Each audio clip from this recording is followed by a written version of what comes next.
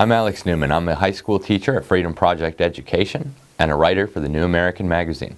Today I want to talk to you about the Obama administration's latest education plans for your children. In yet another scheme to usurp an ever-expanding role in child-rearing, the Obama administration's top education bureaucrat recently called for government boarding schools. Claiming that there are just certain kids we should have 24/7, Education Secretary Arne Duncan also proposed turning government schools across America into community centers that would offer students even more after-school programming. It's all part of what senior Obama officials refer to as the cradle-to-career education agenda. But what is that agenda? And are government boarding schools really a good idea? Are there really some kids that the government should have 24/7? And what are these community schools Duncan speaks of?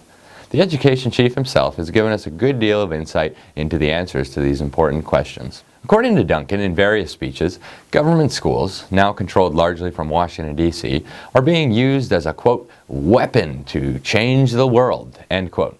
With the United Nations Educational, Scientific, and Cultural Organization, UNESCO, as what the Education Secretary called his global partner, public education will also serve as a tool to transform children into what he described as green citizens. If Obama's green job czar, Van Jones, had not been forced to resign over his self-declared revolutionary communist views, he could have even placed your children, these newly minted green citizens, into the green jobs that Duncan says the feds are preparing for them. Most recently, he threatened federal intervention if state governments did not force enough students to take the federally funded Common Core tests. Along with Obama, he's also pushing to get students into the classroom at earlier and earlier ages. Duncan outlined some of his latest big government plans for your children at the National Summit on Youth Violence Prevention, an event organized by federal bureaucracies including his Education Department and the Justice Department. The one idea I threw out that I wanted to sort of road test it with the kids and see what they thought is the idea of public boarding schools. And that's a little bit of a different idea or a controversial idea. But the question is, do we have some children where there's not a mom, there's not a dad, there's not a grandma, there's just nobody home? And there are certain kids we should have 24/7 to really create a safe environment and give them a chance.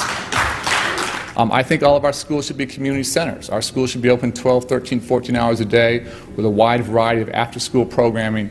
Thankfully, in the vast, vast majority of communities around the nation, our schools are actually safe havens.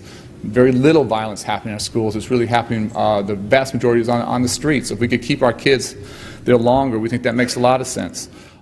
According to Duncan, government boarding schools and community schools would protect our children from violence on the streets and give them a chance to be successful. But would they? The short answer is no, absolutely not.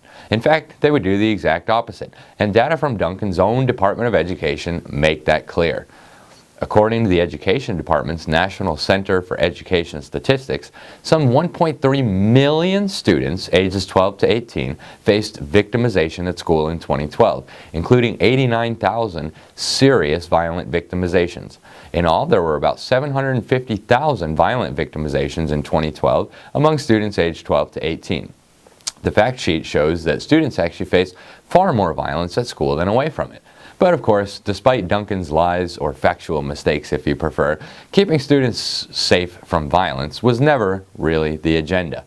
Instead, as veteran educator Dr. Sam Blumenfeld and I recently exposed in our book Crimes of the Educators, how utopians are using government schools to destroy America's children, the government education regime is literally designed to dumb down American students, deliberately.